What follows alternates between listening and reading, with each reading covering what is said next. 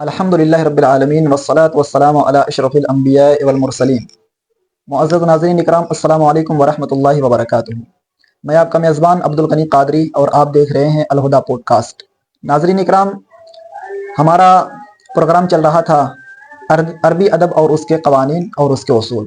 ناظرین اکرام، اسی کے ساتھ ہم جو ہے آگے بڑھتے ہوئے پھر سے آپ کے خدمت میں حاضر ہوئے ہیں، اور پھر ایک بار ہمارے ساتھ موجود ہیں ادیب شہیر فاضل جامعہ ازہر حضرت العلامہ الشیخ حضرت مولانا حبیب اللہ بیگ ازہری حفظہ اللہ تعالی، استاد جامعہ اشرفیہ مبارک پور۔ انشاءاللہ تبارک و تعالی ہم ان سے بات کریں گے، اور ان سے سوال کرنے کے لیے حضرت مولانا ضیاء المصطفیٰ مصباحی صاحب آپ کے سامنے ہیں۔ السلام علیکم ورحمۃ اللہ وبرکاتہ۔ وعلیکم السلام ورحمۃ اللہ وبرکاتہ۔ حضرت مزاج علی بخیر ہیں؟ الحمدللہ۔ تو جیسا کہ پچھلی نشست میں ہم نے آپ سے عربی کے اصول و قوانین کے بارے میں بات کی تھی، اور اس میں معرفہ اور نکرہ کا ذکر ہوا تھا، تو اسی حوالے سے عربی ادب میں بچے کے لیے لفظ استعمال ہوتا ہے الصبی اور الطفل، اور جیسا کہ قرآن کریم میں بھی وارد ہوا ہے، تو بچے کے لیے الطفل اور الصبی یہ دو لفظ استعمال کرنے کی کیا وجہ ہے، اور ان دونوں میں فرق کیا ہے، اس کی وضاحت فرما دیں آپ۔ بسم اللہ الرحمن الرحیم۔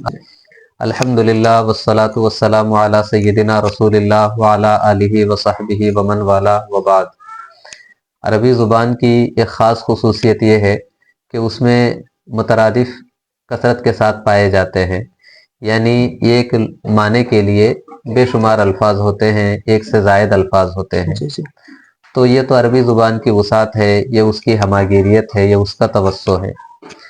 اور عربی زبان میں بچے کے لیے جو الفاظ استعمال ہوتے ہیں ان میں سے ایک لفظ صبی ہے، دوسرے طفل ہے۔ دونوں کے درمیان تھوڑا سا فرق بھی محسوس ہوتا ہے کہ طفل کا جو لفظ بولا جاتا ہے وہ دراصل شاب کے مقابلے میں بولا جاتا ہے اور شیخ کے مقابلے میں بولا جاتا ہے۔ یعنی یوں کہہ لیجئے کہ زندگی کے 3 مرحلے ہوتے ہیں، بچپنا ہے، جوانی ہے، بڑھاپا ہے۔ بچپنے کے لیے طفولیت اور طفل کا لفظ آئے گا، جوانی کے لیے شباب اور شاب کا لفظ آئے گا، اور بڑھاپے کے لیے شیخوخت اور شیخ کا لفظ آئے گا۔ تو یہ تو طفل کا لفظ ایک جوانی کے مرحلے کے مقابلے میں بولا جاتا ہے، اور سبھی واقعتاً جو بچہ ہوتا ہے، جو چھوٹا بچہ ہوتا ہے، شیرخوار ہو، اس کے لیے بولا جائے گا۔ یہ دونوں کے درمیان فرق ہے۔ اب قرآن کریم کی آیات کی روشنی میں جب ہم اس پہ غور کرتے ہیں تو قرآن کریم میں دونوں ہی الفاظ ملتے ہیں۔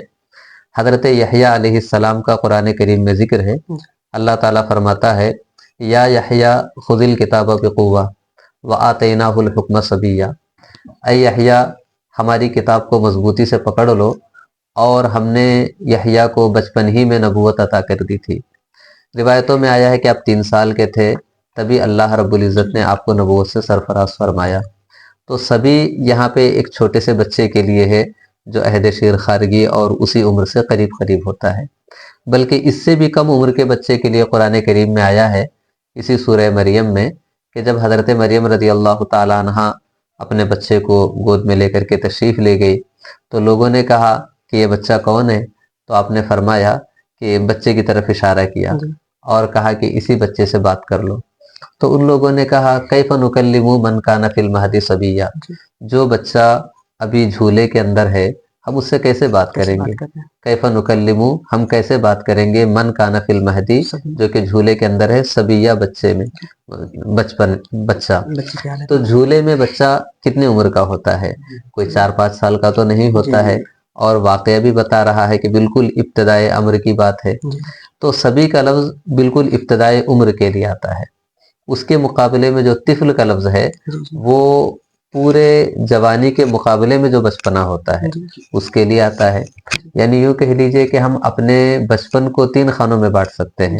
ایک تو وہ بچپنا جو عہد شیر خارگی کا ہے، ایک وہ جس میں بچہ سن شعور کو پہنچ جاتا ہے، 7-8 سال کا ہے، ایک وہ جو جوانی سے قریب کا مرحلہ ہے جس کو ہم مراہق کہہ سکتے ہیں، 13 سال کا بچہ۔ تو عربی زبان میں طفل کا لفظ یہ پورے مرحلے کے لیے بولا جائے گا، اور قرآن کریم میں تینوں کے لیے بولا گیا۔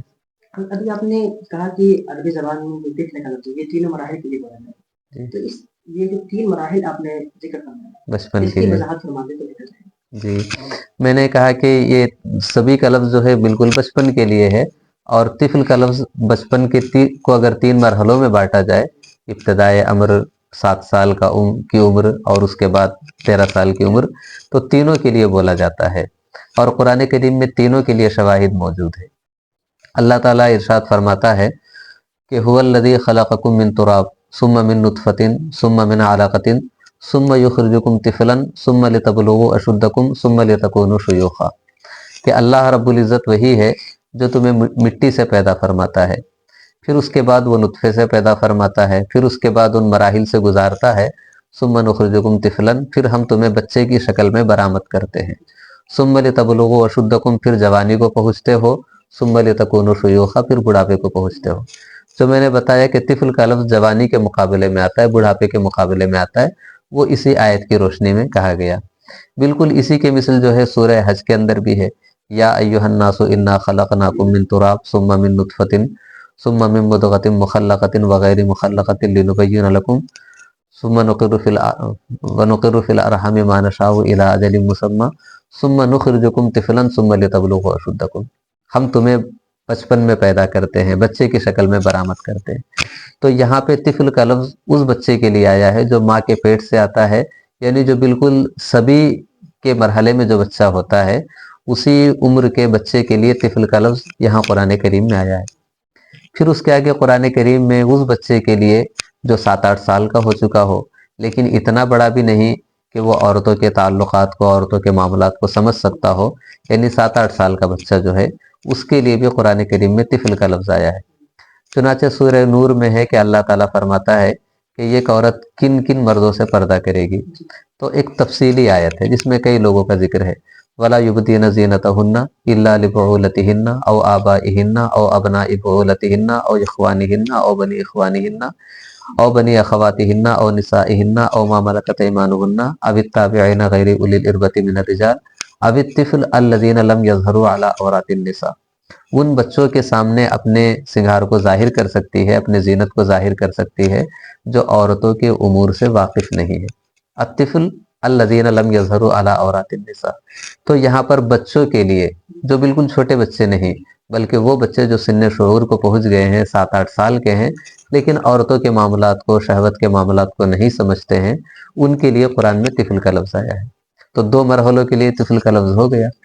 اس کے بعد وہ بچہ جو 13 سال 14 سال کا ہو چکا ہے، یعنی قریب البلوغ ہو چکا ہے، جس کو اصطلاحی اعتبار سے مراہق کہا جاتا ہے، اس کے لیے بھی قرآن کریم میں یہ لفظ آیا ہے، اور اللہ تعالیٰ فرماتا ہے اسی سورہ نور کے اندر ہے کہ وَإِذَا بَلَغَ الْأَطْفَالُ مِنْكُمُ الْحُلُمَ فَلْيَسْتَأْذِنُوا كَمَا اسْتَأْذَنَ الَّذِينَ مِنْ قَبْلِهِمْ، کہ جب تمہارے بچے حلم کو، یعنی جوانی کو پہنچ جائے، تو پھر وہ گھر میں آنے سے پہلے اجازت لے کر کے آئے۔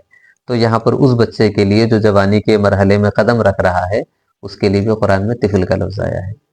یعنی اب ہم یہ کہہ سکتے ہیں کہ طفل کا لفظ پوری جوانی کے مقابلے کا جو مرحلہ ہے اس کے لیے آتا ہے، اور اس بچپنے کو آپ 3 خانوں میں بانٹ دیں گے، ایک بالکل ابتدائی امر، ایک درمیانی، اور ایک جو ہے اعلیٰ درجہ۔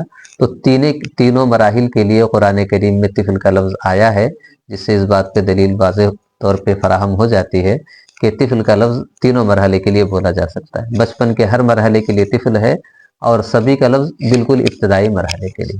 جی ماشاءاللہ، آپ نے بہت ہی بہترین اور جامع گفتگو فرمائی ہے، اور اس پر آپ نے قرآن شواہد بھی پیش کیے ہیں۔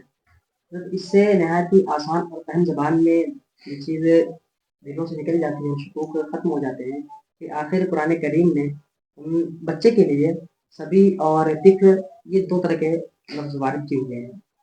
ناظرین، جیسا کہ آپ نے دیکھا کہ حضرت نے نہایت ہی بہترین اور جامع گفتگو فرمائی ہے، تو ہم سے جڑے رہیے اسی طرح کی نئی اور مزید قرآن و سنت کی ویڈیو کے لیے۔ تب تک کے لیے خدا حافظ، السلام علیکم۔